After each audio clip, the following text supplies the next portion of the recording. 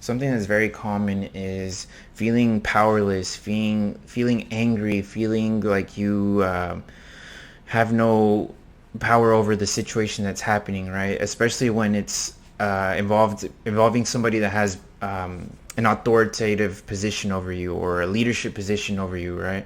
Whether it's at work, at church, in family, it doesn't matter. When we're growing up, we're always told to be quiet and to not say anything. When in reality, what we're saying or we're trying to express is the right thing, right?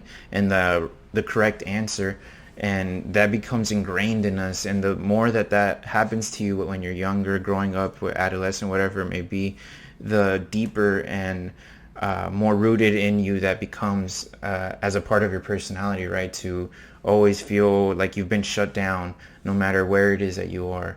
So if you come into situations where you're criticized or the other person doesn't agree with what you're saying, you immediately revert back to that anger and that feeling of powerlessness and eventually to bitterness, because that's what it transforms into, right? And then ultimately regret that you didn't say something differently, regret that you didn't act differently, regret over the situation overall. So if this is something that you're going through, then finding ways to keep the conversation flowing without reverting to arguing and belittling or simply being aggressive with the other person is going to be the number one way for you to keep those bridges open instead of burning bridges, right?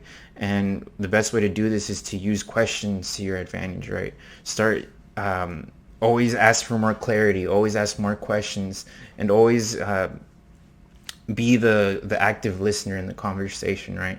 Be the person that's trying to get to a clear understanding for both of y'all to reach. And doing that will help you maintain some sort of connection with the other person instead of instantly becoming a defender and an attacker in every conversation that begins with criticism, right? So take these tips and use them to your advantage.